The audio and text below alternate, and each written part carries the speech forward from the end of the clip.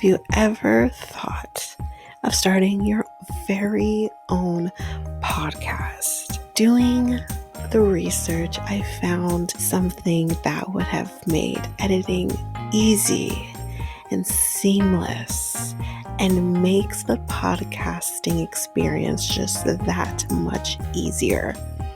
And I am talking about Ludo.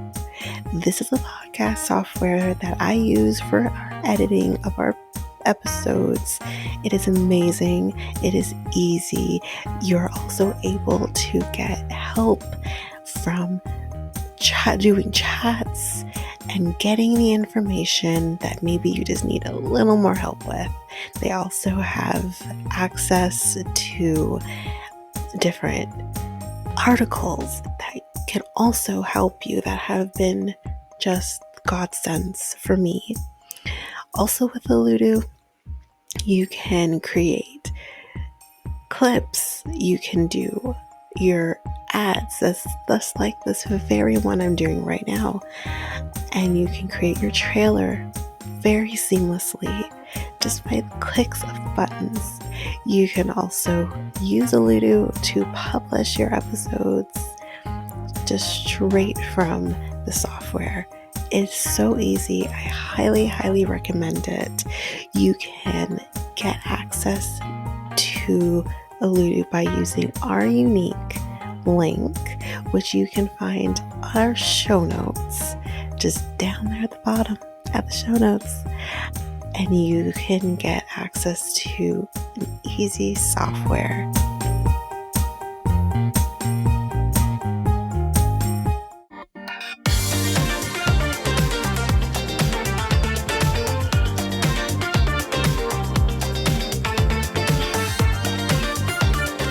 Welcome to Reality Tea Times 2, the podcast where we discuss all the trash reality TV we love to hate. I'm Tanika, and a lot of trash that we're getting and will be getting very soon. So first and foremost, at the top of the episode, I have just one quick thought that I want to share with everybody very quickly. I have some quick hot goss that I have as well. And memes, I believe. Let me double check that because we might not actually have any memes to read on the air this time around. We might just be putting that on our socials. Yes, we will be putting all of the memes that we have on the socials. There's really, truly only 3 of them for Toe.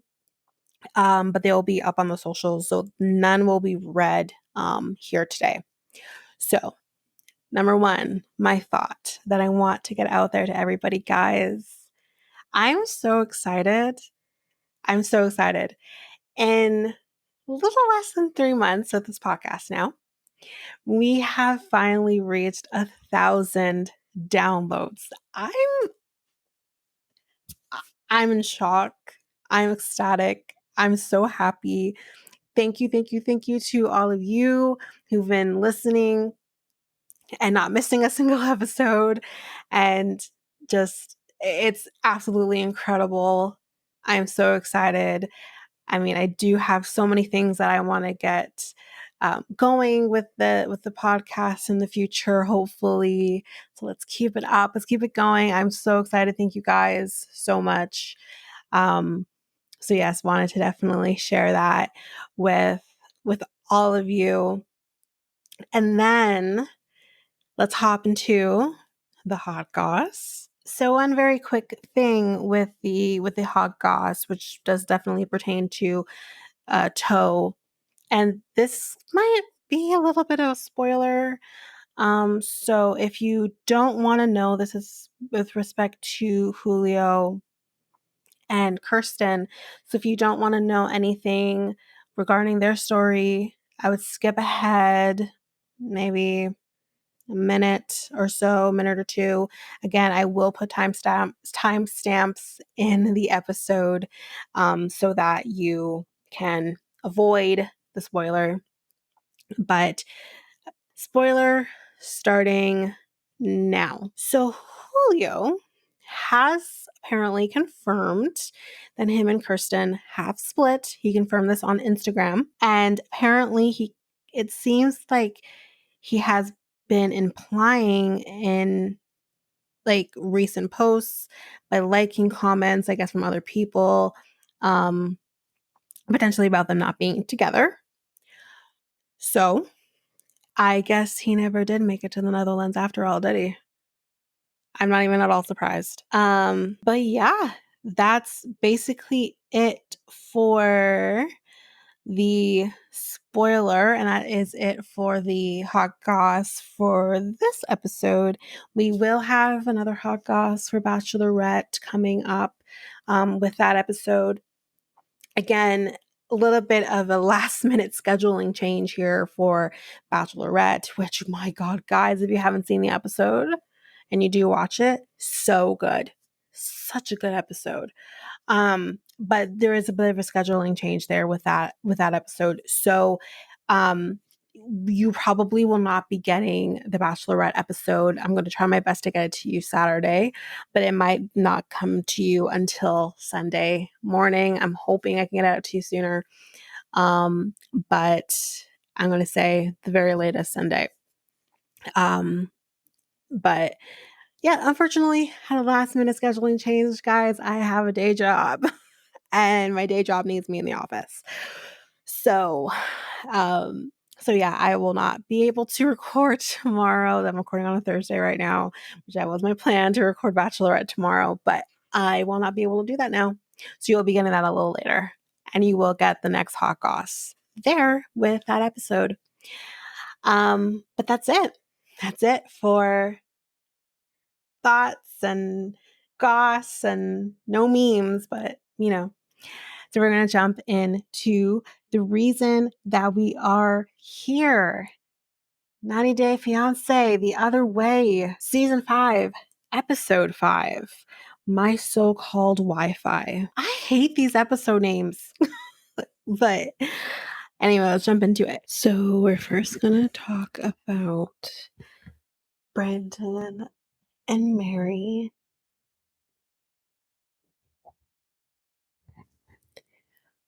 So it's the next morning, and we hear roosters doing what roosters do.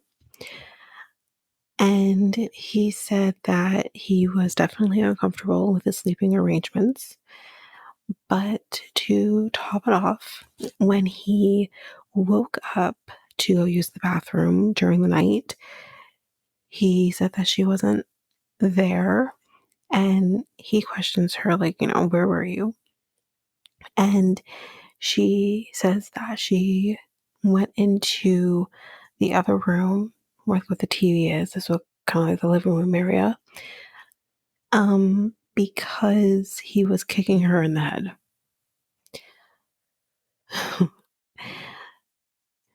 So he says, okay, well, do you think we could just sleep normally, head to head, kind of thing? And she says yes. So he, in the moment, is very worried about her being uncomfortable with him.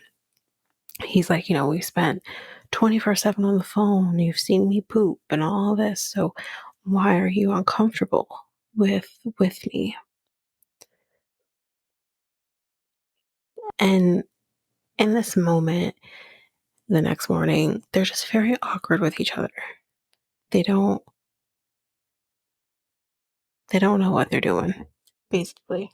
So he says that he would like to go have a shower before they have breakfast.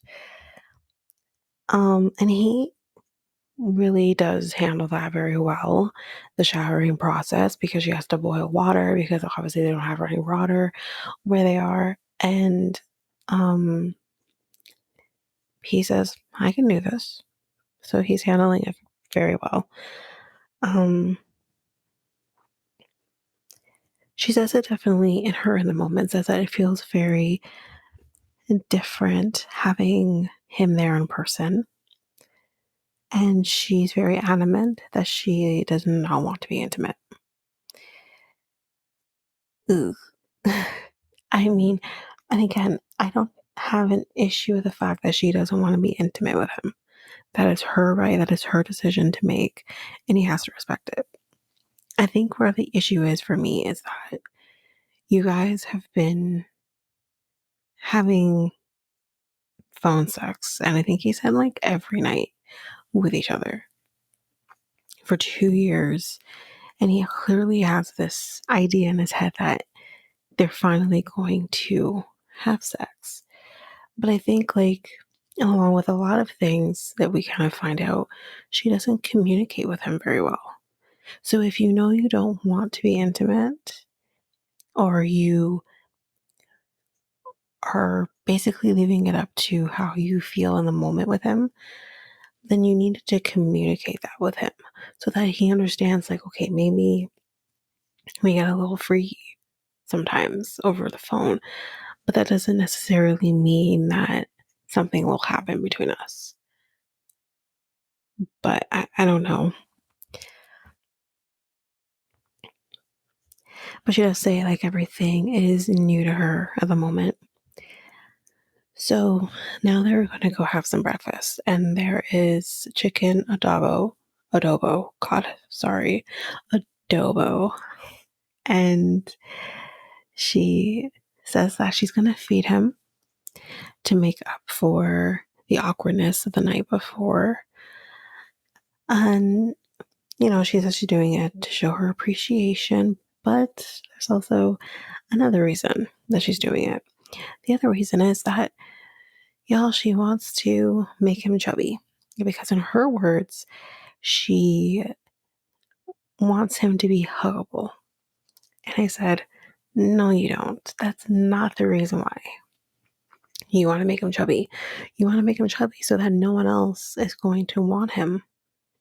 So you don't have to worry about, like, people taking your man. He thinks it's sweet that she wants to take care of him.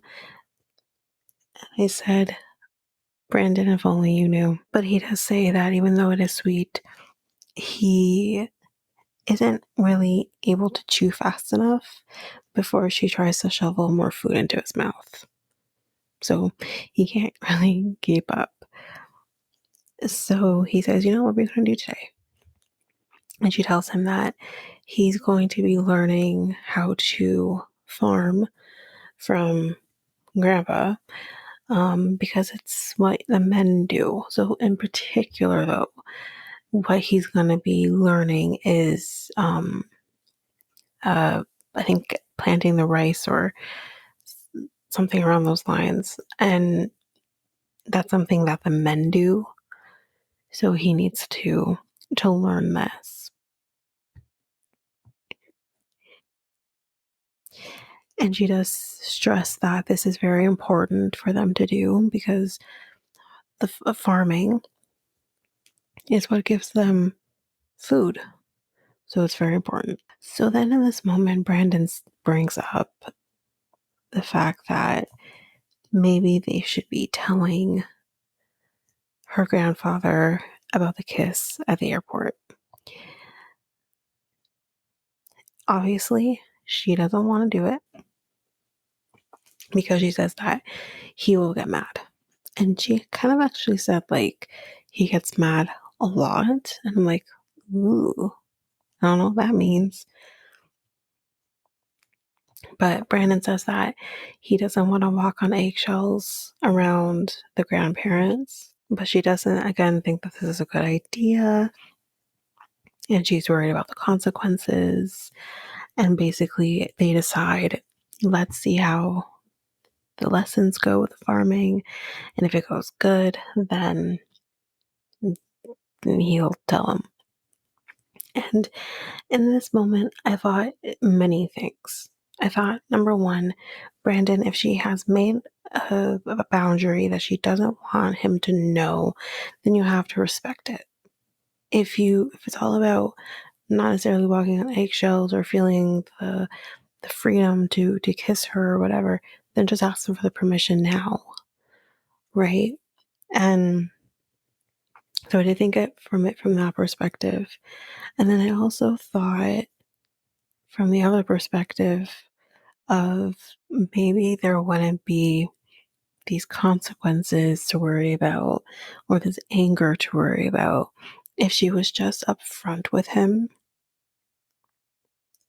and told him these are the rules, we have to follow them. But she made it, she, in so many ways, without actually saying it, has basically showed herself by saying, I don't want to tell Brandon because I don't want to follow these rules. And then she expects him to do the same. But anyway. So in the next scene, they're gonna go get ready to go out to the farm, and he's putting on boots, and she says, you don't need those. And he said, no, I think I do. So she's like, okay, do what you want to do. That comes back. So he says that he thought, he'd be trimming tree branches or harvesting like something, food or some sort. But he didn't expect what he would ultimately be doing.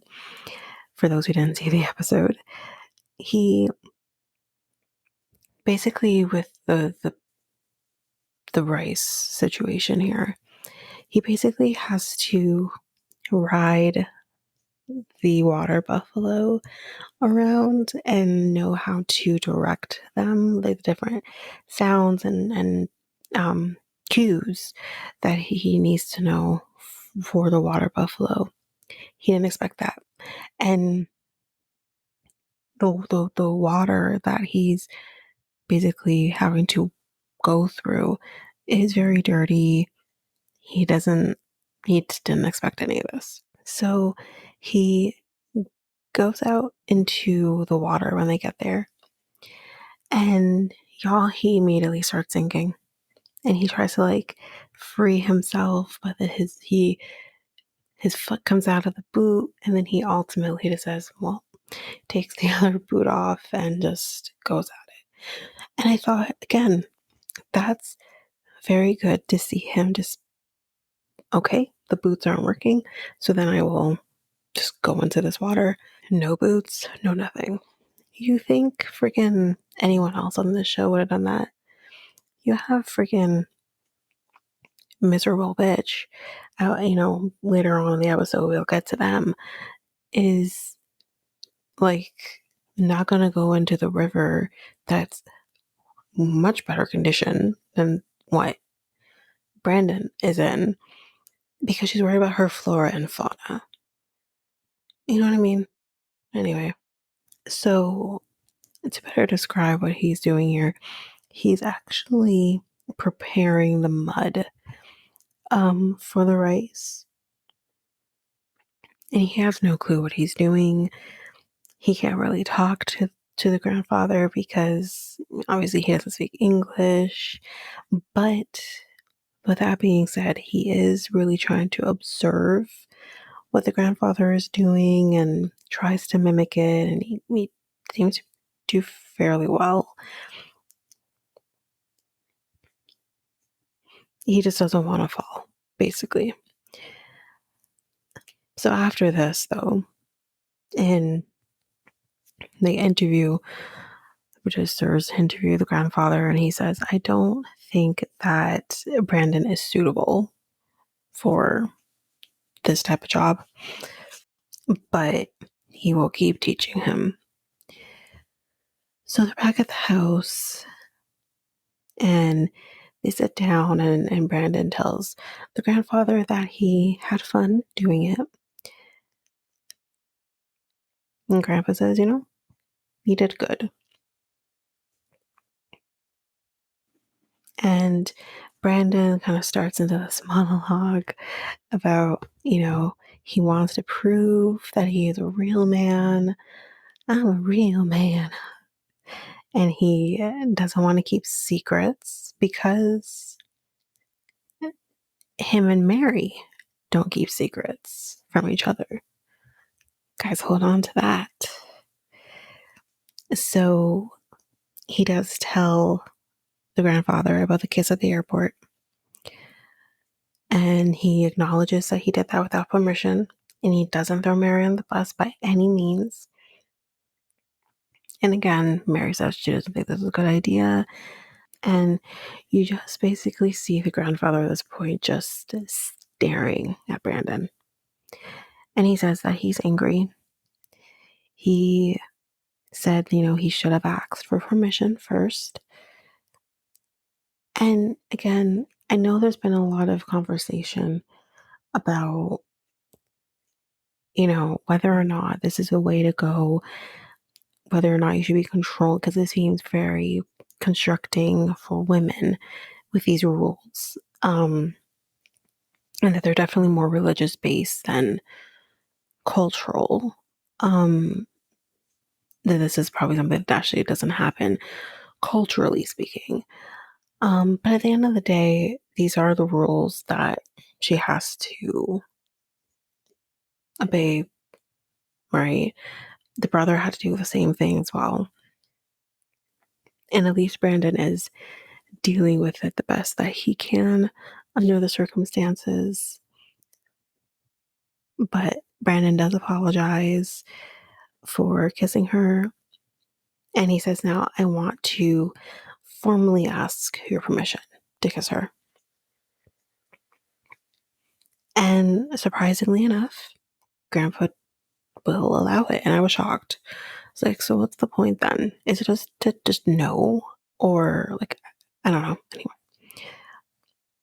But he says, yes, you can kiss her now, but you have to get married. It's not even saying like, oh, you're going to marry her, right?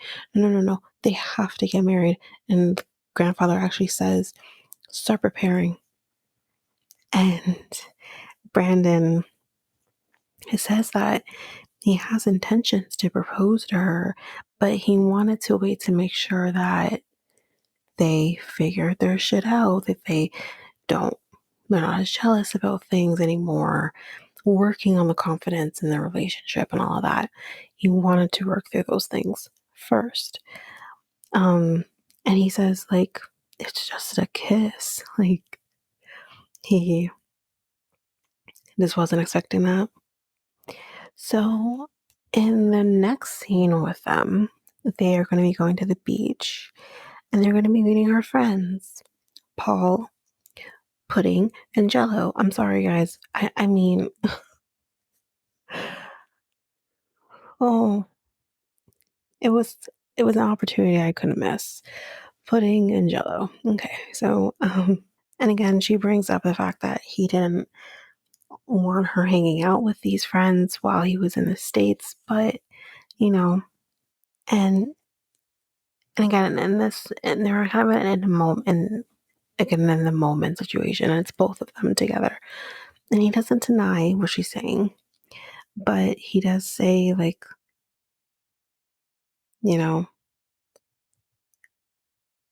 do they know how you wouldn't let me have friends? Actually, I'm not even sure if this was in the moment or while they were on the beach, but he does say, like, do they know that? Like, do they know I couldn't have any friends? Because God forbid I make a friend and it's a guy. Well, that guy is going to have sisters or friends that are women or whatever. Nonsense. And she says, well, I've known them like all my life. And I've known them before, I knew you. And she says, in terms of your other friends, like you didn't know them before. And he says that, that doesn't even matter. And I 100% agreed with him there. So the friends show up and, they introduce each other and whatever. And they kind of talk about, like, what are your intentions kind of thing. And he says, I want to marry Mary. But, there's no exact date. And one of the friends, I can't remember which one it is now, was kind of not liking the sounds of this fact of their talking of marriage. And he says, like, it's too fast to be talking about, marriage and everything. And Brandon does admit that he was jealous of her friends. I mean, I'm going to say at least one of these people is maybe straight, but there's at least one of these people that he does not need to worry about. At least one, potentially two. Let's move on. And basically, her friends say, after he says that, like, stop the nonsense.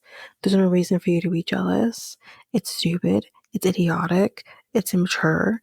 Like, you're never going to grow your relationship based on that. So, and back up a little bit here. The friends say, like, how would you know we would be hanging out, right? Unless obviously she told you. And he says, well, I wouldn't know because she would tell me, because there are no secrets. Here we are again with the secrets. And it's about to implode in a minute. Because the one friend whose name is Paul, that one I caught. And he says, well, about these secrets, Brandon, did you know she would unplug the Wi-Fi and then end the call in order to hang out with us?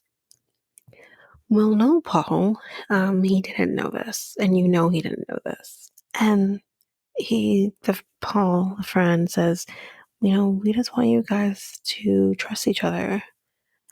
And Brandon looks at Mary and he's like, well, did you? And I thought, I am ready for this man to read her for filth, because I think it's definitely needed. And we'll get to her explanations for why she did this, or her excuses, or whatever you want to call it, in just a second. So we leave them, we come back to them, and she does admit to doing it. And he says, what if I did that to you? You wouldn't forgive me, basically. And he says, since I have been here, there hasn't been a single power outage. And she's like, it'll happen. You'll see. And I said, maybe. There are definitely power outages. There are power outages everywhere. Everywhere is different. But I don't know. I'm definitely understanding what he's saying. And he does say, and it's in the moment that, he didn't really expect her to lie. This has kind of thrown him.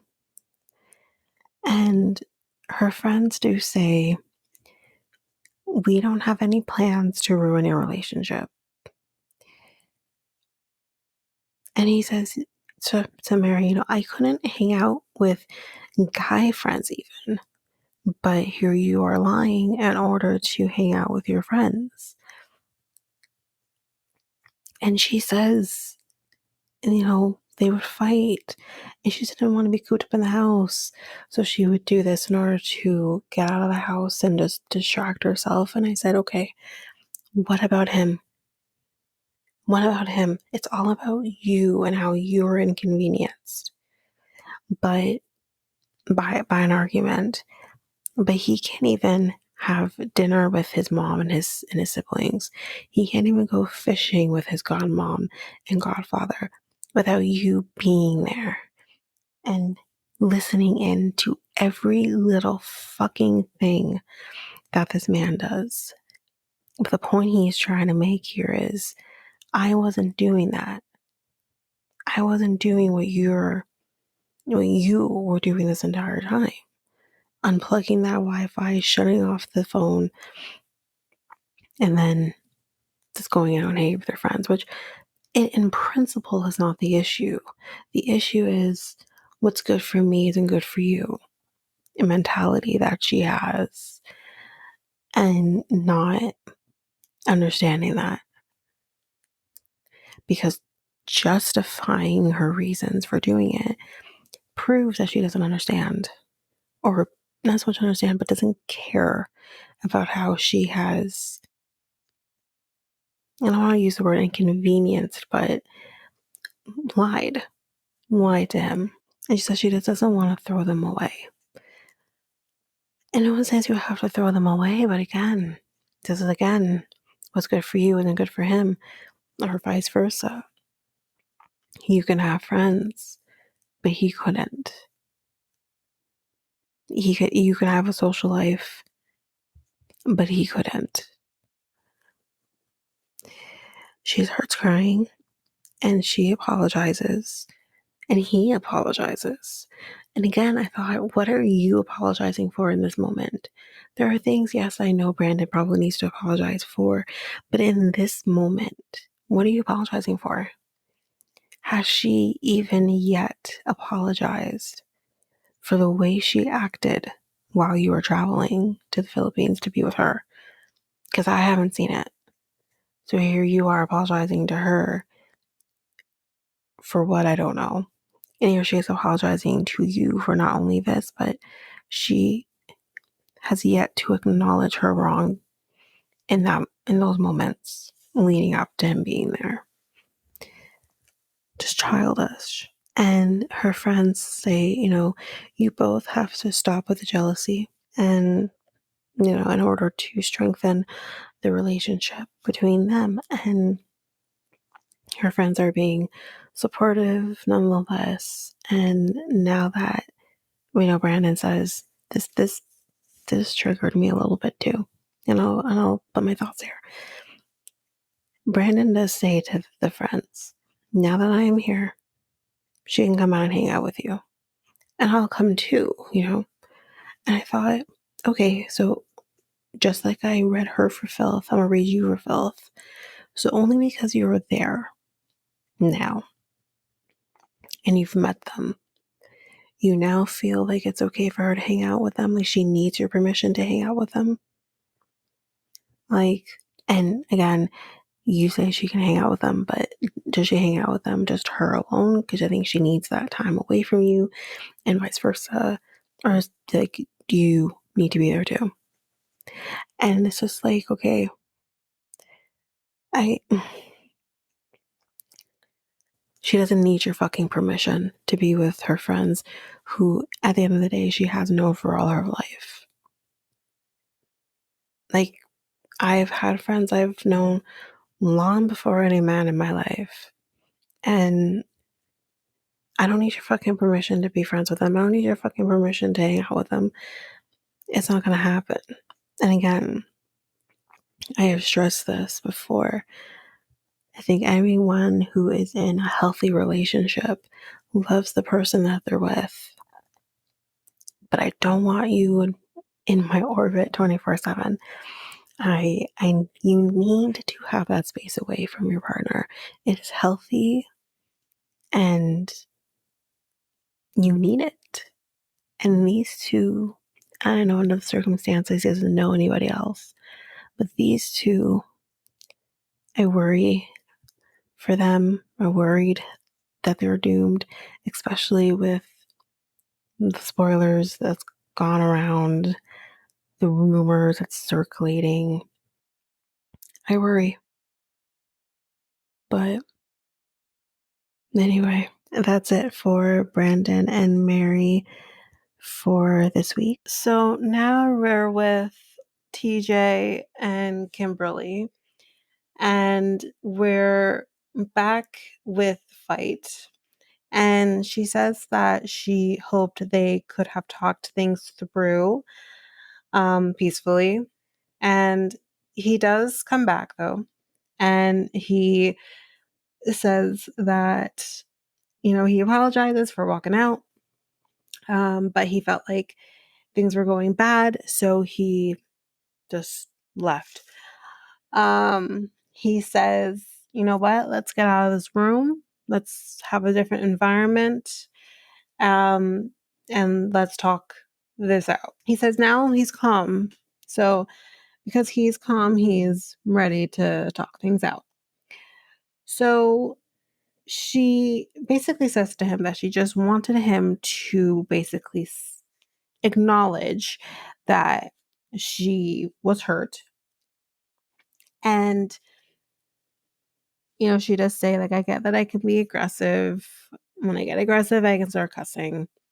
But I just want for you to be vocal with whatever your limits are, if they've been reached, if you need a minute, if you need to, whatever, just vocalize those things with me without walking away.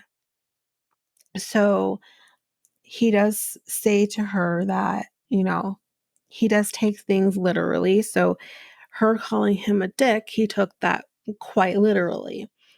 And she says that she will do her best to be aware of what he can and cannot handle.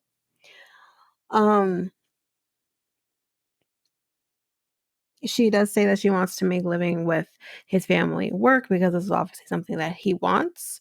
And she does say very calmly to him the things that she thinks need to be improved in their space for her to be to be able to stay in the home, which she does say a door needs to be put in place in the bathroom.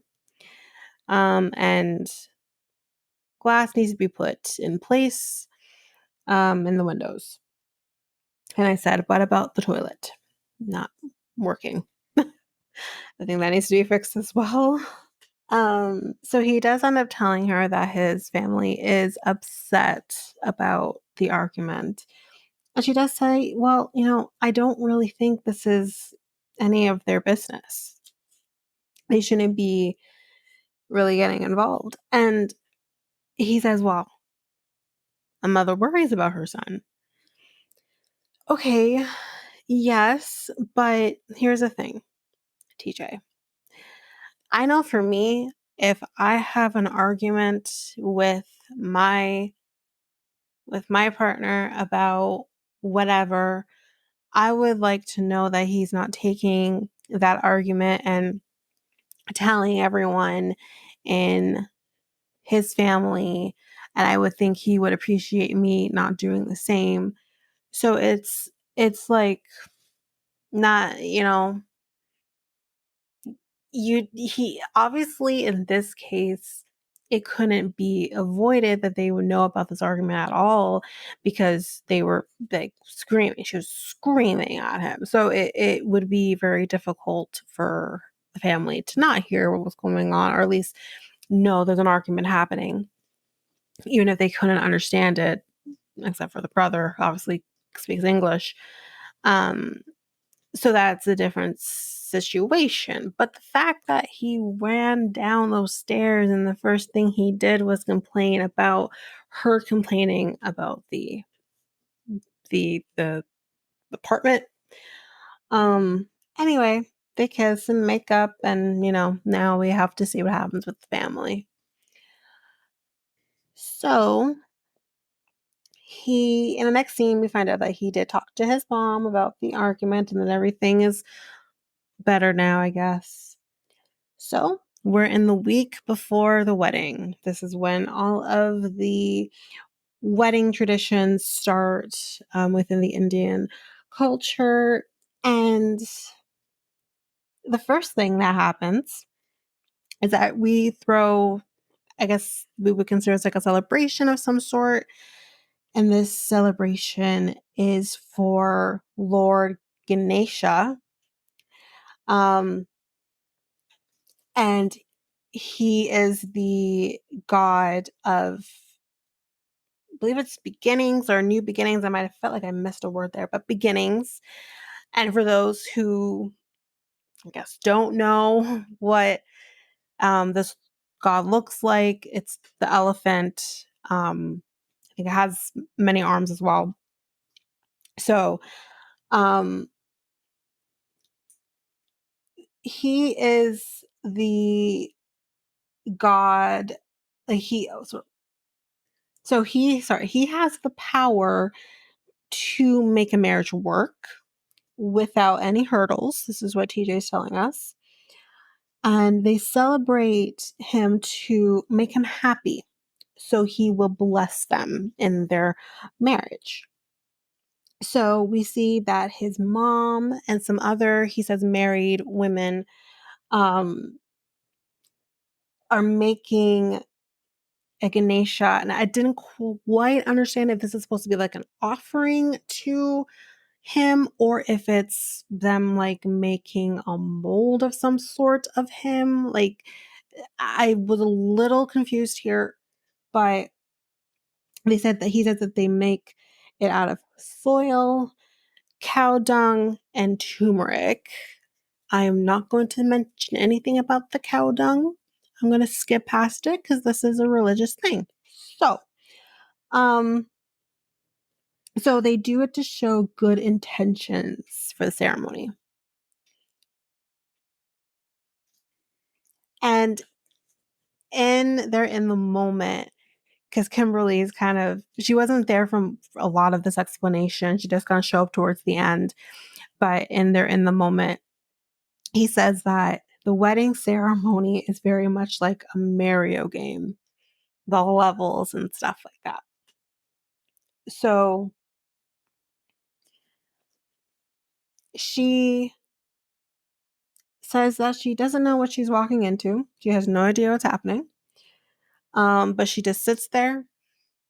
Mom does her thing, and I guess it's over. I'm just I I found it very interesting though. I was very much just taking it in and taking all the notes because I wanted to make sure I'm getting everything because we haven't seen this before in the 90-day universe. So I'm very much because we didn't get this with Jenny and Sumit. Because the family wasn't involved in their wedding. They didn't do this. So I'm very much just taking this all in.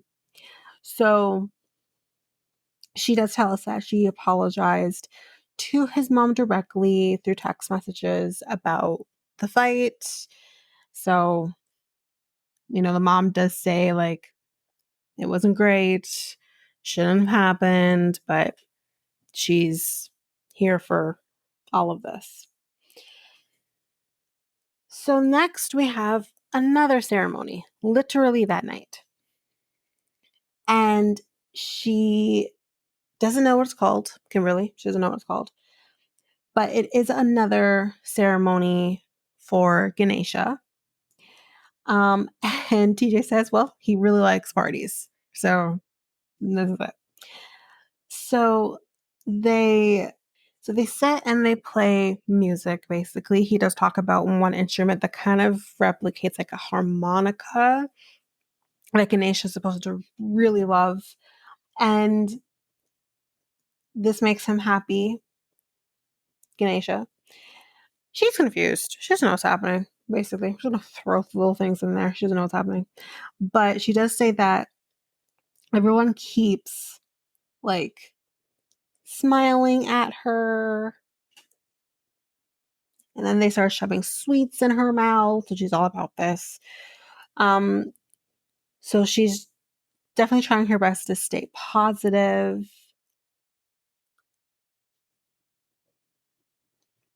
Through all of this. They not leave, but they go outside of the home, I guess, to catch some air. Party is winding down at this point. And they're just talking, her and TJ. But she does ask him, what would I be doing once we get married? And I said, yeah, TJ, what's she going to be doing? Huh? Huh? And because as we know, he's definitely keeping things from her in terms of what she can expect. And he literally tries to dodge by not really answering the question. But then he says, women do this and the men do this kind of thing, right? But he says, but you know what? That's not you. And she says, yeah, that shit's for the birds. She didn't say shit though, but I'm just saying, that shit's for the birds. She says it sounds very scheduled. And that's not for her. And she does say, like, you never told me this.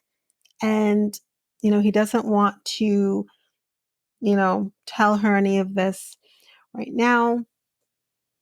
He just wants to get through the wedding. And I said, well, you know what? the fact now that she has asked these questions and you were not forthcoming with her in that moment, when the time comes and you have to tell her because your family's going to be waiting around waiting for you to tell her, she's going to be like, well, why didn't you tell me the week before our wedding when we spoke about this? You spoke circles around me instead. So we'll see how that happens. In the next scene, she is going to be going shopping for bangles. This is something that you have to have from when I was gathering from her. In an Indian wedding, you need to have bangles with your dress. And I said, yeah. I honestly, I'm not Hindu, but I would love some bangles. Yeah, they're gorgeous. Anyway, so yeah, she does this traditional.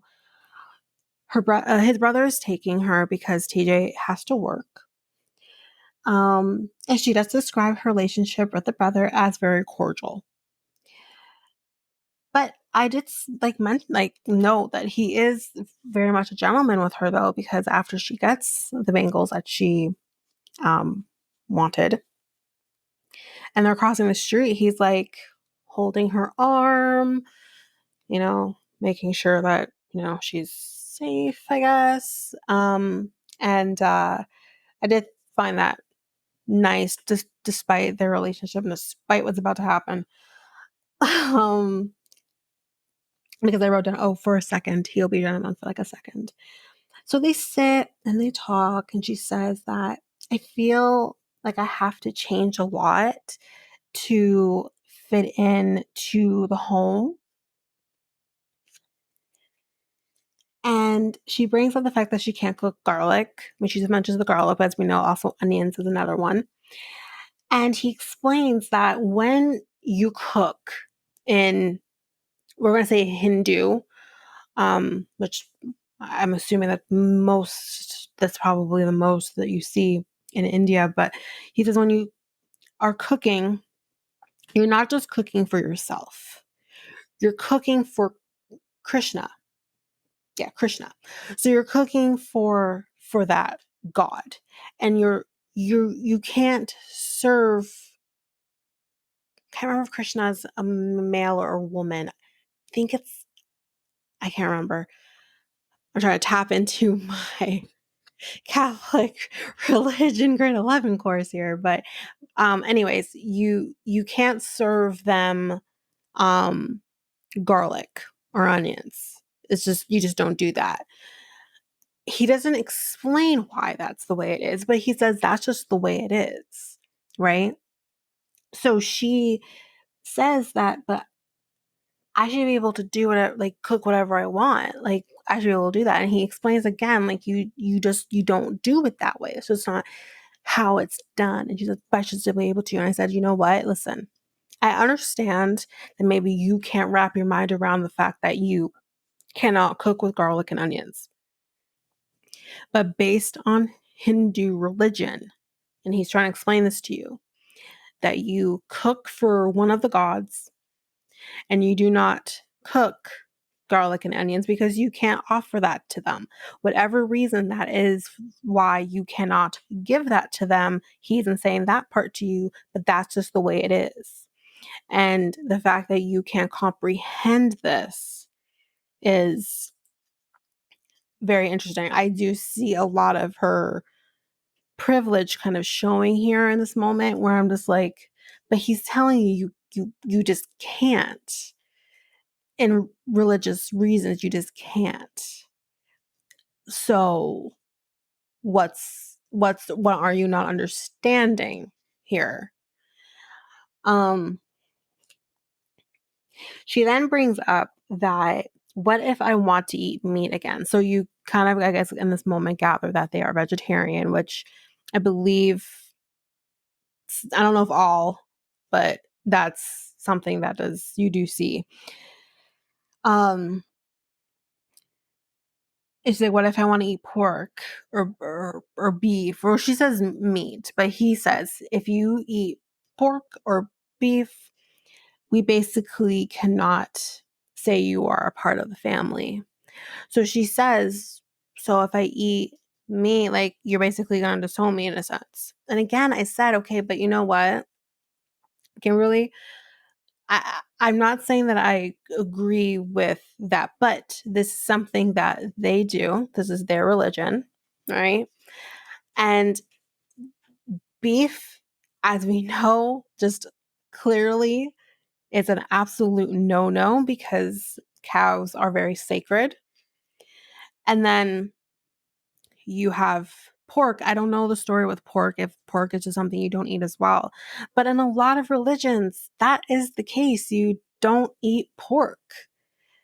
And there are reasons behind why that is. If you're interested, do a Google search. But it happens. Jewish people technically are not supposed to eat pork. Whether they abide by that or not is a different story. But they're not supposed to. Seventh-day Adventists, same thing. They don't eat pork. So it's not unusual that here is a person who's saying in our religion we do not eat pork. That's not a new thing. I was not at all surprised by him saying pork or beef. Not at all. But she can't seem to understand that.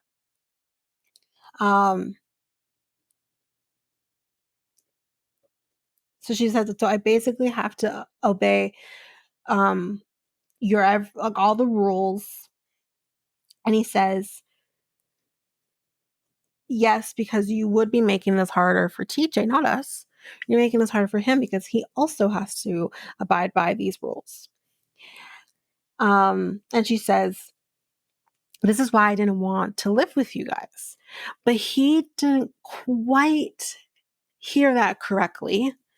He took that as, you don't want to live with us? He thought like she's literally saying, okay, well, I don't want to live with you guys then. Where she's like, no, this is, prior to me agreeing, this was why I didn't want to, right? And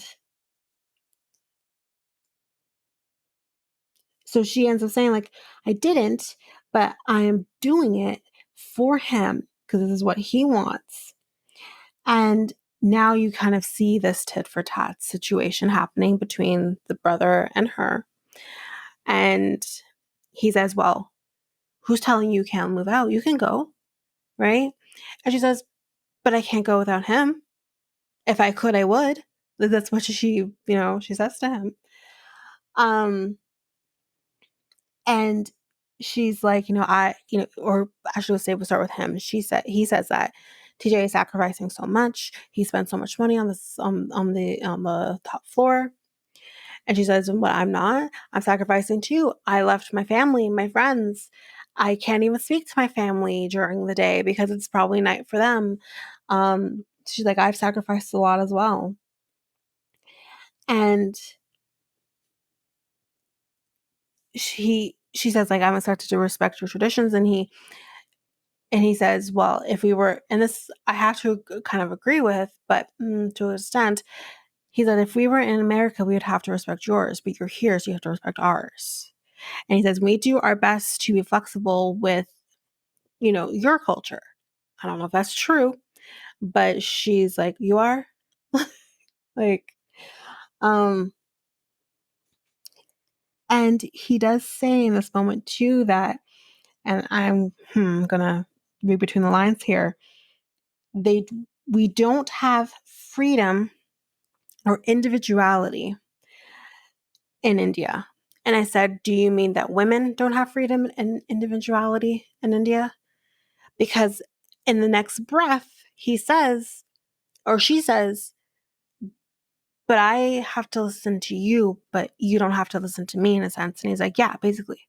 So I said, okay, so then let's rephrase. Men can do whatever the fuck they want, but women can't. Because women don't have individuality or freedom. But again, one person, example, Kimberly can't change that. Can't change generations and generations and generations of what is.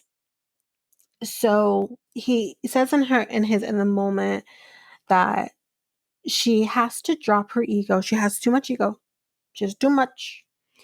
Then he calls her stupid. And that is when I said, you lost me. Because I was kind of going back and forth with these two. I'm like, okay, I understand him, I understand her, but then he fucking lost me. Because you do not have to call somebody stupid.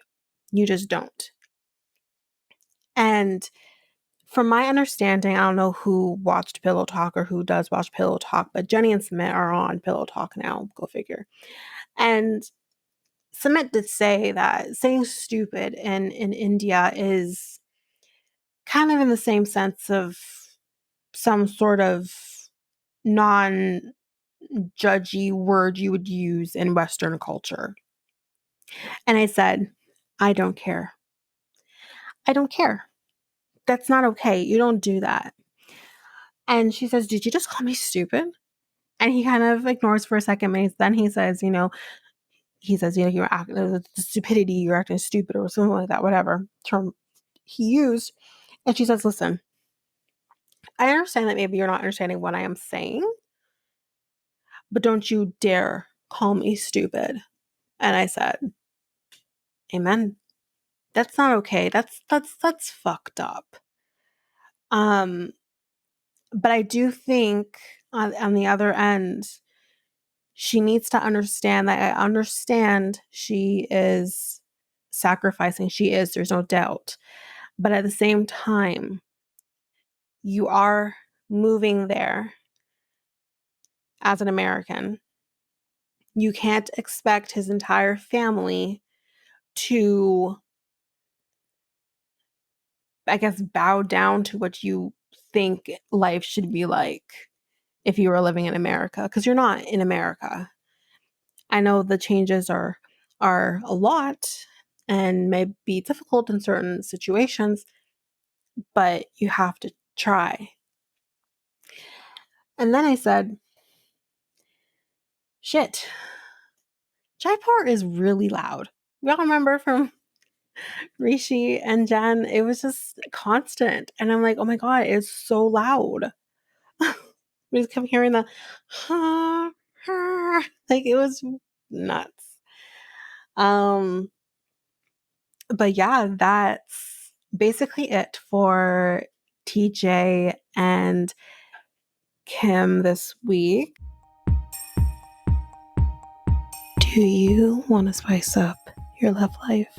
Well, you can make that happen by going to Love Shop, where you can get sorts of different things, whether it's for both you and your partner or just for yourself. For solo play, you can get things, all types of vibrators, maybe more kinky type toys, or you can just buy what every person may need, like lingerie or protection, or even just something to make it a little more fun, like games or novelty things.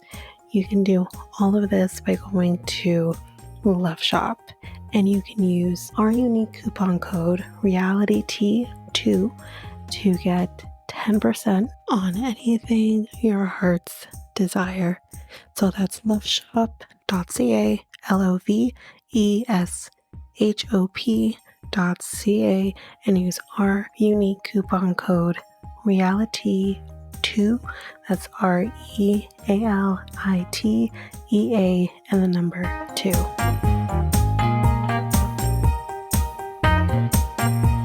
So now we are with Miserable Bitch and Yohan.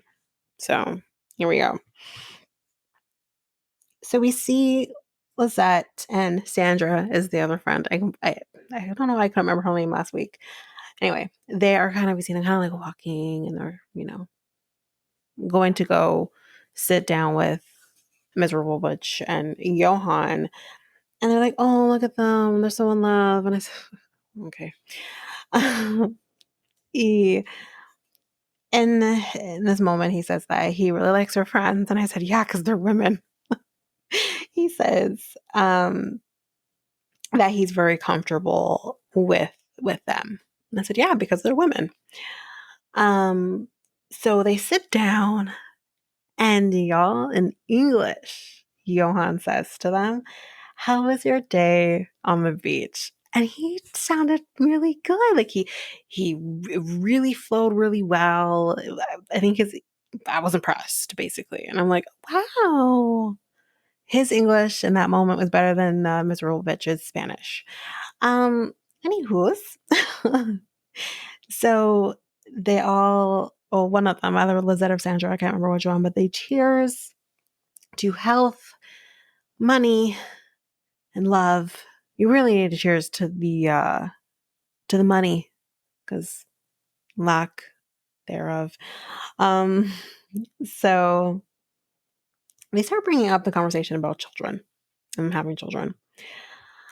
And I said, really? Do we really have to have this conversation? And, you know, she says to them, whether or not, like they say, like, you're ready for it. And she says, was I ready at 21? And I said, oh my fucking God, ma'am. That's not a fucking answer. That's not an answer. At 21 years old, you weren't trying to get pregnant. You're trying to have an orgasm. That's totally different. But at 40, you should know whether or not you're ready to have a child with somebody, like emotionally, financially, all of those things. And if you're not, you're not. And you can be more responsible at that age than maybe 21 because you just don't give a shit, right? Which is fine. It's fine not to give a shit.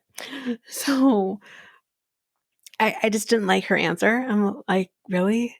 That's not a fucking answer. It's not an answer. So she says, she says, I have the energy now, but, I don't know if I'll have the energy in like 2 years. And I said, again, not a fucking answer. I just, I, I can't stand her. So anything she says, this irks me. So she says, she wasn't really thinking about having any more kids. She thought that time had passed for her at this point. She was fine with that. She thought she was at a different point in her life. And then she met Johan, and obviously he wants to have children. She said, I felt like I could jump on board. What? You think you can jump on board? Well, we know you can jump on board. That's not the issue. The issue is that when you say something like that about having children, I that doesn't make me feel all good and fuzzy and warm inside. That makes me feel like you're just doing this to appease him. And here's my thing. Like, listen, if you as an older woman want to be with a younger man, go for it. Have fun. Just get dick down to your heart's desire if that's what you want to do. By all means, here for it. But the minute that this person starts discussing, I want to have children, and it's not even so much whether or not you yourself want to have, like, not so much, like, not, let me rephrase, not so much that whether or not your ability to have children, because that's a whole separate situation that sometimes it's just out of our control. So that's not even where I'm going here. But when I'm talking about the fact that you don't want children, I'm sorry, but you can find another dick that doesn't want to have children that will fuck you just as good. Let this one go so he can be able to do what he wants in his life. Like, that's, and again, people fall in love and you can figure things out. That's, whatever. And that's what they seem to be trying to figure out. Okay, if I can't do it, fine. Well, let's get an egg donor in. Let's do other things that we can do to figure this out. That is not the problem. The problem is that you clearly didn't want to have children and you're just jumping on board because he does. You can jump off board and just say, you know what, you want something that I don't. We're in different points in our lives. So I'm going to let you go because I'm the mature one, I guess, in the situation. Let's say, I don't know, whatever. And I'm going to let you do what you got to do. Like, the things that come out of her mouth is just, do you hear yourself? But anyway, so she tells us in this moment that he thinks that the best way to conceive is to have sex every day. He thinks, just bang it out every day and let's happen. And I said, honey, that's not how it works. You're probably better off not having sex every day, if you're trying to get pregnant. But, yeah, um, great if you can keep up with that. But that's probably not gonna, heed results. But he just thinks that that's how it should go. And although, yes, like, I don't just have sex when you're ovulating or whatever, have sex all through your cycle, as much as you want, right? But every day, and that dick, like she's already said, it's huge. And she's tiny, y'all. You know what? Like, as much as I don't like her, I can't stand her.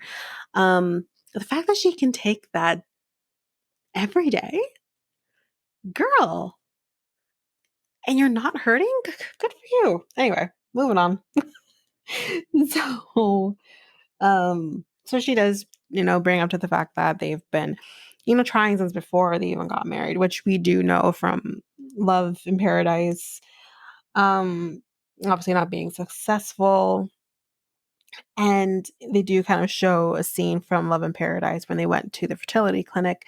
And again, as much as, the world doesn't like her, I don't like her, can't stand her, I can't imagine, when you're trying and you find out that the percentage is just so low to do this naturally. Even in her early 40s, really, like I can't, that would be a gut punch. That would 100% be a gut punch, no matter what you think of her. So I do remember feeling for her in that moment, even though my hatred was starting to grow at that point. So he does say, God is the one that sends you children. And I said, not enough. And as much as, yes, religion tells you what's meant to be will be, God will provide, and all of that. But I said, science is also very important. God can't make things happen that scientifically doctors are saying her body is unable to do, unfortunately, for you. And, yes, now you have to go this other route. And he seems open to that, which is great. But as we'll get into, there's the monetary factor of it. So let's get to it. So obviously she then says, that going the medical route would make, would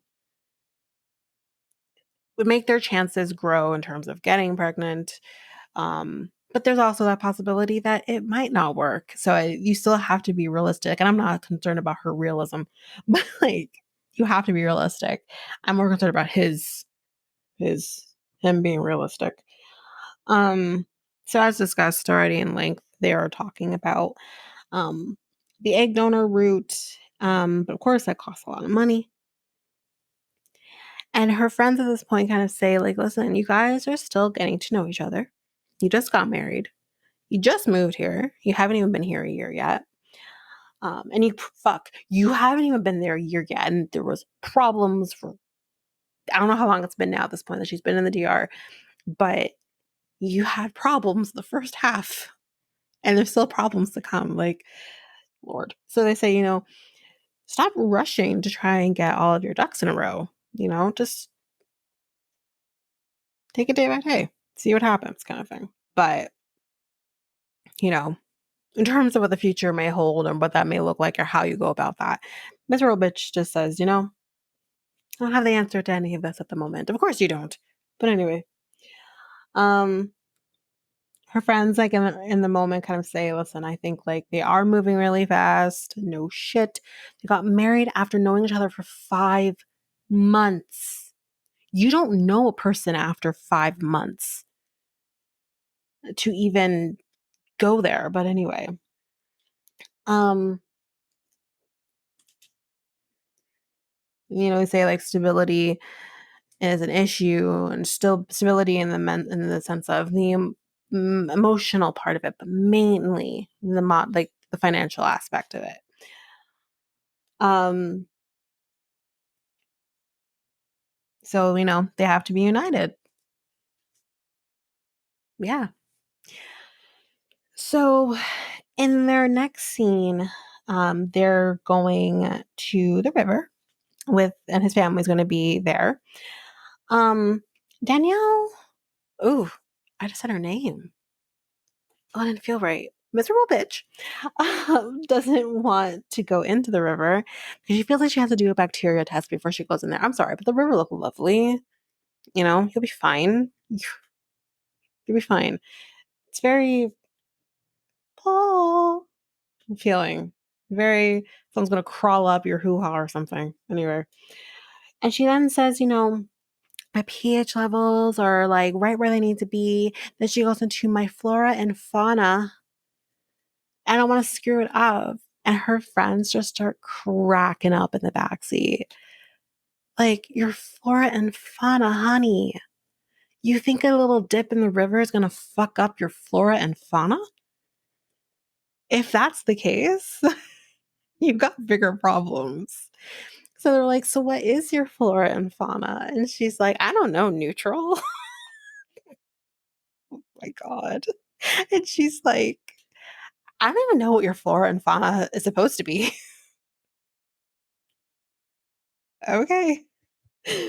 So then don't talk about it then. You clearly haven't even done your own research before you just start talking about it. Anyway.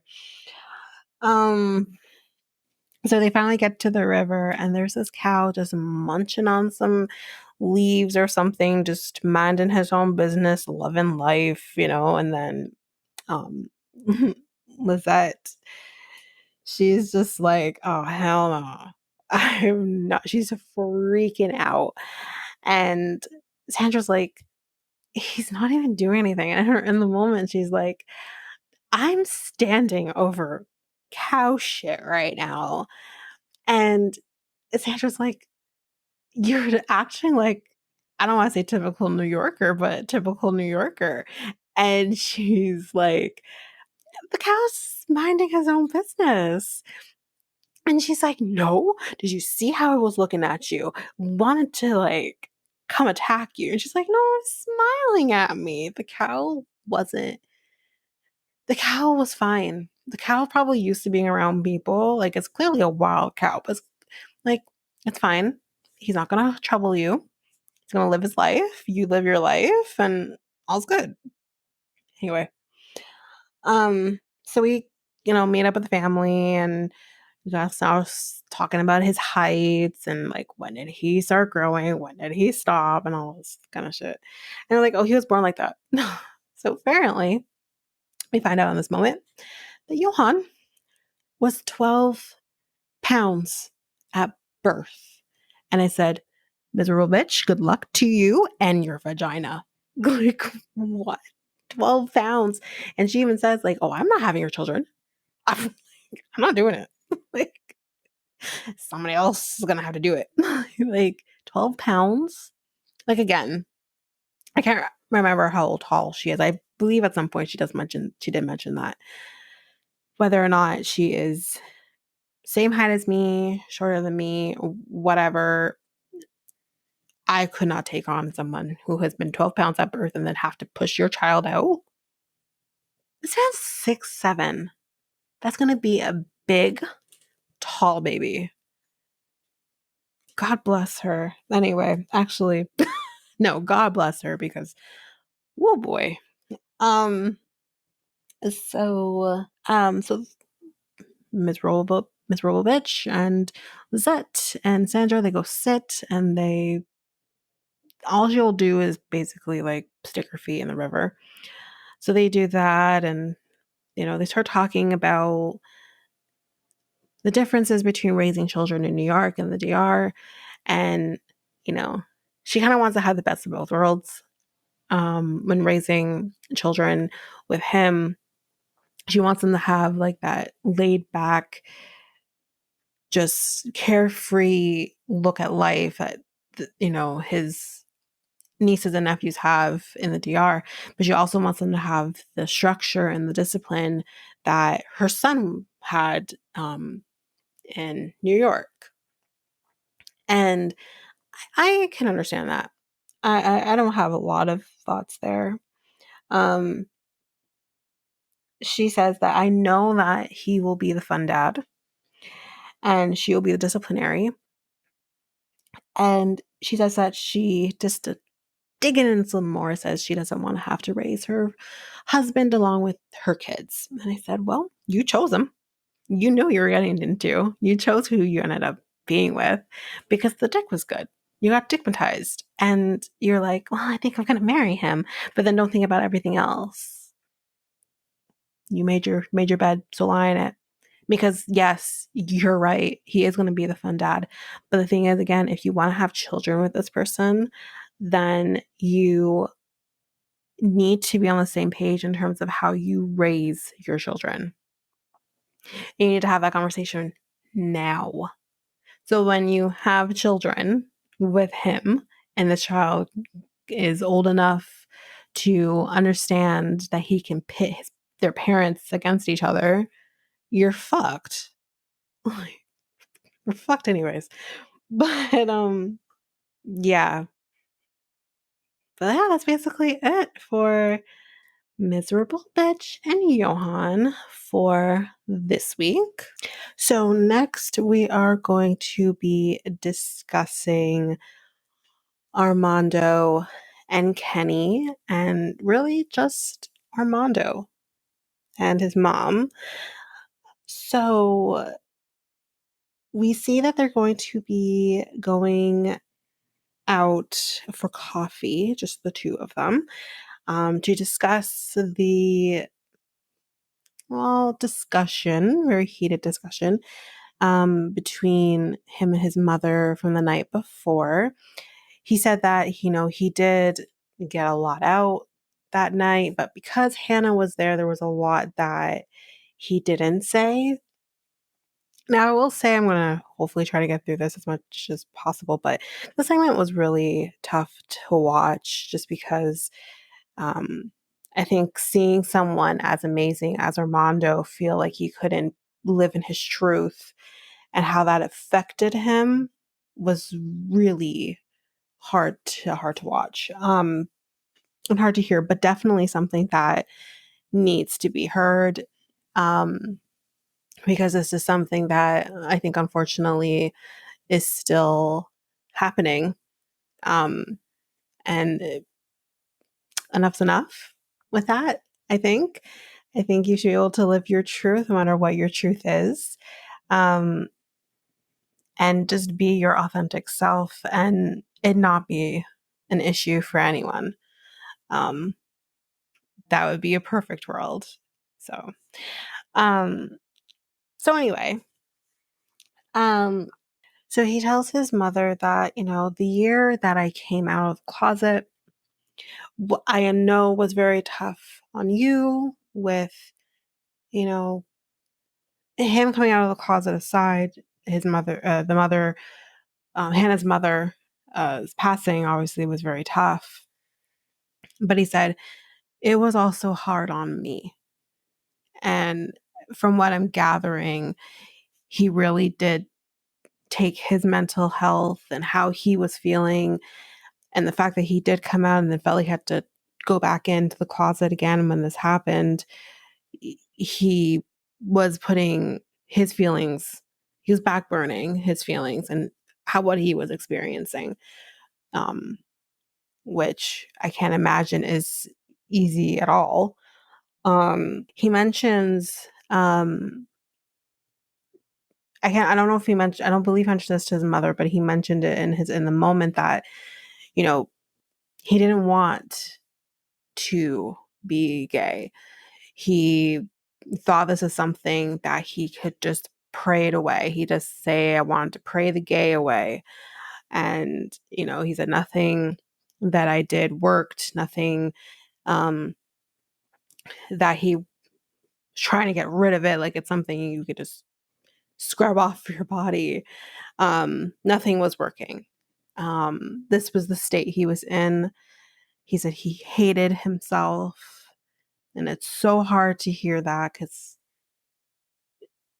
again, I'm coming from a cis straight woman's perspective here, but I can't imagine having to deal with that. And he does say that at one point and again, he doesn't go into any details, like too much details. I don't know if any attempts were ever made, but he does say that he wanted to stop living. So he was clearly at one point having suicidal thoughts. And he says, and I think this is where it emotionally hit me. He says that, he didn't want to hurt his mother and Hannah any more than they were already dealing with. He didn't want Hannah to not only lose her mother, but then lose her father. He says that they are his world. And he said that in not even so many ways, literally the way he worded it was, Hannah is the reason he is still here. He says that Hannah is his little savior and she doesn't even know it. And at that point, I was just a mess. um, and it does make you wonder if in a world there was no Hannah, what would have happened? Um, and it's definitely something you obviously don't want to think about, but it's so hard to hear him be so raw in his feelings. And I think he definitely needed to do it. His mom in that moment says that she obviously clearly wasn't expecting to hear him say that he didn't want to live anymore. I can't imagine from a mother's perspective hearing her son say that. And she says she kind of just starts crying at that point. She gets up and she hugs him and she says, I love you. I love you. And she does say that, she obviously is sad that he felt like he couldn't come to her, but at the same time says, I am so happy that you were strong enough to get through this on your own. And she says in her, not really in the moment, but like her interview outside the restaurant, that she doesn't even want to picture what her life would have looked like if he wasn't in it. So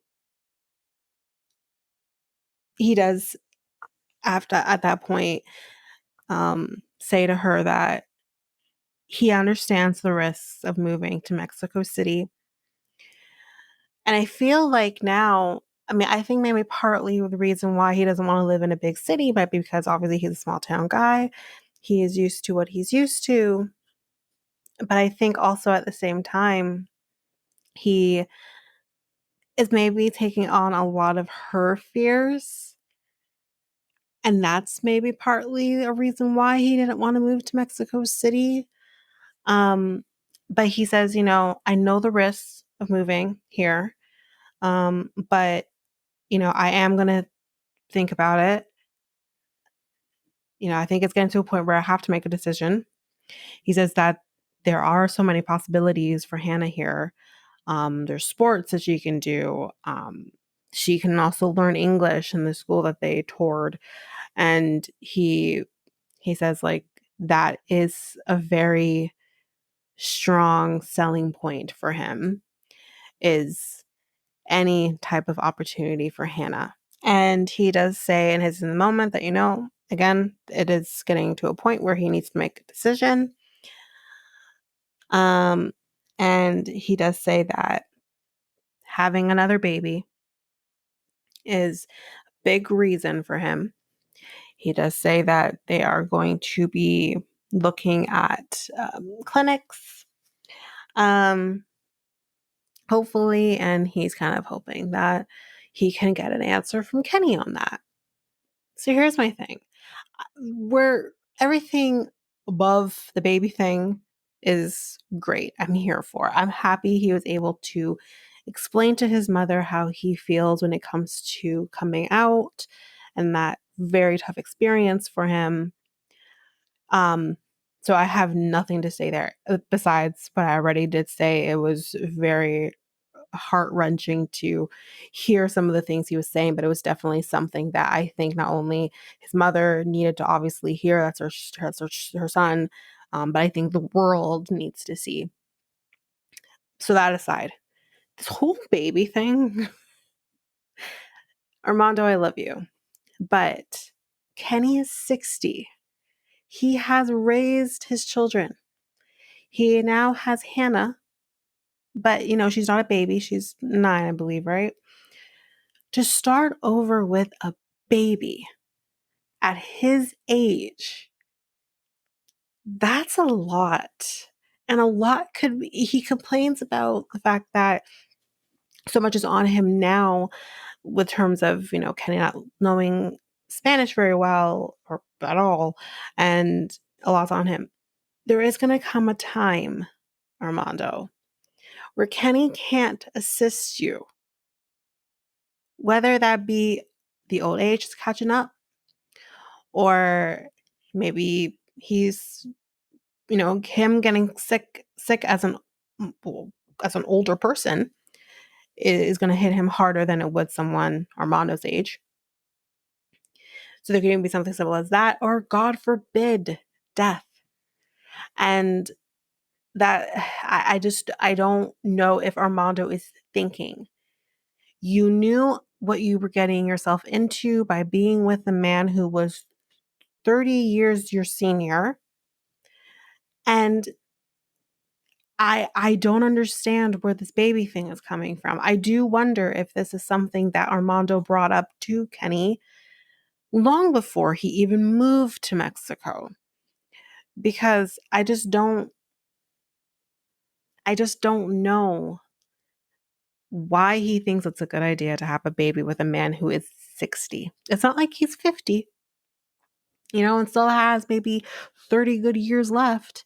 He is 60 and maybe has maybe 20 if you're lucky. Like I can't imagine. But yeah, I guess we'll see how that goes next week. We'll get to that in the next time on. It's a little but that's it for Armando. Well, basically just Armando for this week. So next we are with Kirsten and Julio. Honestly, I don't even care anymore with this guy. I can't with him. We'll get there. So they are in a car and they're driving. And they're still arguing about the night before. And he says to her, like, listen, it was just an option that Vincent threw out there. And she says, well, it was an option that you sure as hell grabbed onto and ran with. Yeah. Basically. Like, I'm sorry, but and I said this last week. You can have opinions by all means. However, when you start inserting yourself and putting your fucked up ideas into my relationship, what the fuck out. But I'll get to that in a second because that kind of does get brought up a little bit. He says, listen, like Vincent brought it up, right? Vince brought it up. And she says, well, no, Vincent didn't, which I didn't agree with. Vincent did bring it up. And she says, well, like, Vincent, didn't really, like, he said it, but, like, you're the one who jumped on it. Like, he wasn't saying, like, you should do it or whatever. And he's like, I don't see it that way. Listen, Vincent said what he said. Okay? He was putting his real ass 2 cents into the situation.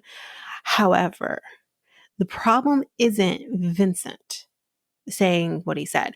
The problem is you, Julio, literally just, I don't know, horseback riding through that option and saying, I'll take this, and say, listen, Kirsten, maybe what he's saying, let's think about it. You know what I mean?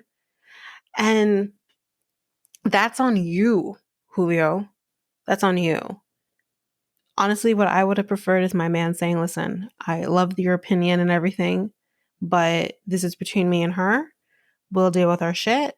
Mind your business. And literally, in the words of Will Smith in good old Fresh Prince, what I would have liked to have heard someone say to Vincent, mind your business. That's all. Just mind your business. Like, just, this is not your business. Anyway, so Julio then says at that point, listen, you gave me an ultimatum. The fuck she did? Yes. Yes, she gave you an ultimatum. Because, sir, you're flipping the script here. That's the problem. You wouldn't get an ultimatum, as you say, if you weren't trying to flip it. You guys discussed, you planned, and this is what you're doing. But as soon as your family and your friends put their 2 cents into your situation, you can no longer think for yourself and you want to flip things around and say, oh, maybe you should come here for 2 months and get to know my family. Oh, maybe we should live separate when I go to the Netherlands. Like, this is what you're saying. You're flipping things. So, of course, she's going to give you an ultimatum because she's like, what the fuck is happening? We have discussed this in length. So why are you changing the rules here? So I 100% agree with her giving him an ultimatum in this scenario. So he says, yeah, you're giving me an ultimatum. So clearly, I don't want to lose you. So you know what? Just forget it. We're not going to do that. It's fine. I'll live with you. And he thinks, what, that's going to make it all better? And she doesn't take that shit because she's like, how am I supposed to know you're not just saying this to appease me and shut me up? Like, now I'm supposed to trust your word when I trusted your word before, and now you're changing things on me? This guy is so... his emotional maturity isn't there. Like, he can't think for himself. He needs others to think for him. And he says, I apologize for ruining the night. What is your apology in this situation going to do to fix things? There's things that it's like he literally says, you know what, I take it back. That's literally what he said, was I take it back. And it's like, you can't like erase it like as if it just disappears. Listen, sir, actually, that just makes me think of an analogy. For those, when you use your pencil, right? For those who still use pencils, you use your pencil and you write it on a piece of paper and you make a mistake and you're like, shit, all right, let me use my eraser. Let me erase it. Does it really go away? No, it's still fucking there. So as much as you can say, sir, okay, let me just take this back, you already put it out there. You can't take it back. And she just erases it from her mind. Anyway. So we find out that she is leaving the next day. I'm like, damn, like, I think she's only supposed to be there for a week.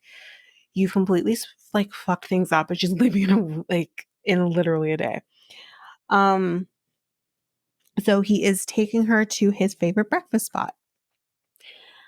And as they are, like, as he's going to go he's parking the car, and is in the moment, he says, listen, I never wanted to permanently live in the US. Are you sure?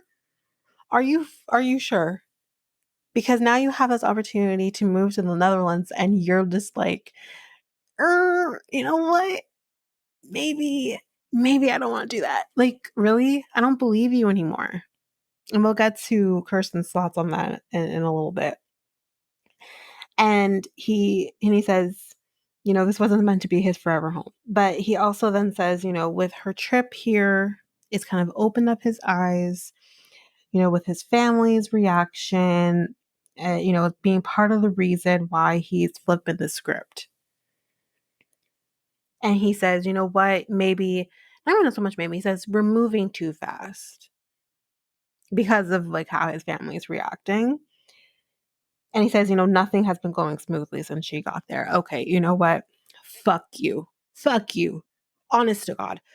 Really, really fuck you. Because the thing is, sir, Julio, fucking man baby, the reason your family is kind of shocked by everything is because you didn't fucking tell them until 3 weeks before she was showing the fuck up. After you've been with her for over a year. That's on you. The reason it feels fast is because you didn't fucking tell your family. That is on you. That's not Kirsten's problem. She didn't want it that way. You did that. And then for you to then say, you know what? Nothing's really been going smoothly since she's been here. Again, that's your fucking fault. You want to say that's on her? Everything that has gone not smoothly is because of you. I does he hear himself? Like, is he completely incapable of hearing how stupid he sounds? Because like I'm hearing him say this and I'm like, but that's your fault. But that's your fault. But that's your fault. Like that's your fault. It gets worse. It actually, not even so much worse, it's just so pathetic. But here we go. So he acknowledges that, this trip has been hard on her. Oh, thank you, sir. So anyways, they order some food. I think at some point he mentions, like in a moment or something, that he does have concerns. Okay. So I can't remember exactly what they order. I think eggs Benedict. She likes the food. Great. So he does like say, like, what have you thought about the food here in New York? And she says, I didn't expect the pizza to be good in New York. And I said, honey, it's New York. They're literally known for their pizzas being like phenomenal. But I understand that maybe she wouldn't know that. And there might be a reason why. We'll get to it in a second. So he says, that is something he's gonna miss is the New York pizzas. But she says, yeah, but if you really want pizza, you can just hop on a train and go to Italy. The fuck you just say? Why is he so hesitant? Are you kidding me? I would love to know that I can just hop on a train and go to fucking Italy for some pizza. I know it sounds ridiculous for me to say, but pizza in Italy, I know is going to be different than pizza in New York. I understand that. Same thing. Totally get it. But I don't know, for those people who are Jersey Shore fans, who remember when they went to Italy and they worked in that pizza place, the pizzas looked fucking phenomenal. So I was like, what? He can go to literally repeat. Sorry, guys. I don't know if where we go, where we ended up there, but I lost my Wi-Fi in the middle of a thought. But we're back up. So let's continue. So yeah, anyways, pizza Italy, what's the problem? But this guy, which I understand New York is famous for their pizza. I get it. But this guy's like, yeah, but it's not New York pizza. You're right, honey. It's Italian pizza straight from Italy itself. Like, I don't. All right. So he again asked Kirsten, so you can't see yourself living here at all? And I said, she's already made it very clear that no, the answer is no, she can't see herself living there. He now says that, again, changing the goalpost, he now says, well, you know what? I really want you to come because I want you to get to know my family. Oh, so now you want her to get to know your family, the same family that you didn't even fucking tell about her until 3 weeks before she showed up? Now you care? Get a fucking clue. Oh Lord. So now he says because of this, now he wants to spend time in both places. For how long? Because, like, again, I don't know how far ahead these guys are thinking. Clearly, they're thinking about marriage at some point in the future. Clearly, they're going to maybe want children in the future. So how long are you going to go back and forth between places? Eventually, you have to pick a place. You really do. Eventually, you have to pick a place because it depends on where you want to raise your children, depends on the education and all of that. Eventually, you have to pick a place. So this back and forth bullshit is bullshit. It really is. So at this point, she actually, before she says anything, he says, we're fighting more because of you. I've made that very clear. So she now at this point questions, do you still want to move? And he says, yeah, I do. And I'm like, is she supposed to believe you? Is she really supposed to trust you? Because I sure as hell don't trust you and I'm not in this relationship. Like, so he says, I at least have to come back every so often so I can get my food fix. And she's like, what the? We've never discussed food being an issue for the reason why. She's like, in the 2 months that you were in the Netherlands before, never once did the food issue come up. So clearly he's trying to, grab onto things, kind of like Amanda and Rasmus, her grabbing onto different things that she can use to break up with him. He's grabbing onto these different things so that he doesn't have to move. And she says, like, this is a little shady and I loved it. She says in the moment that he's supposed to be this adventurous guy who's traveled to all these different countries. And we do see, proof of that, obviously. And she's like, but when time comes and he, finally gets this opportunity that he can move to a different country, he can't handle the pressure. So really and truly, like, how adventurous are you? And I 100% agreed with her because I'm like, you keep talking this big game. I don't want to live here. I don't want to do this. I want to do that and whatever. But then you are not rising to the occasion. That's lovely. Now says that I really want you to experience the States. And I said she doesn't want to experience the States. She's made it very clear she doesn't want to be there. Listen to her. And if you're not on her level at this point, then let her go. Stop wasting her time. Like you're wasting my time with your fucking bullshit. But I'm still here to watch it. I want to see her just annihilate him. That's what I kind of want at this point. But, and again, this is the other way. And I don't think he's going to go the other way. I really don't. Anyway, that's it for Kirsten and Julio for this week. So next time on, we see Holly has booked places for them to look at in gated communities. And we find out here that he apparently is keeping a fucking secret. Cool. But then I guess, decides that he's gonna gaslight her by saying, if you had a problem with like not knowing my finances, why didn't you find out before you married or attempted to marry me? And I said, you couldn't offer?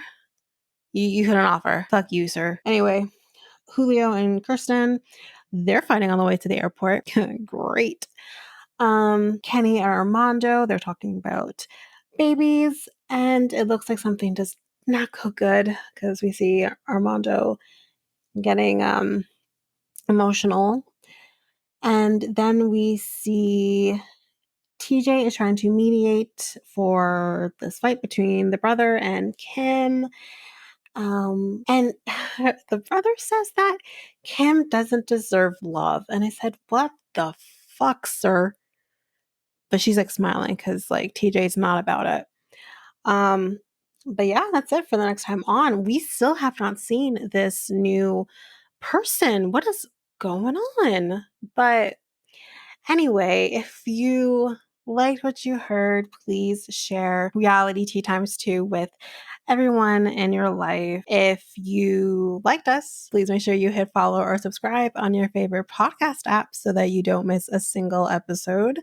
You can also rate and review us on Spotify or Apple Podcasts. If you are an avid YouTube user, you can listen to this podcast on YouTube at Reality T times 2. You can also connect with us by following us on either Facebook, Instagram, or Threads at Reality T times 2. You can email us at realitytimes2@hotmail.com. We have a website where you can listen to all of these episodes and also get links to our Facebook page, Instagram, and YouTube. And that is at realitytimes2.oludu.com. All of this information will be in our show notes. Well, that's it for now, guys. Thanks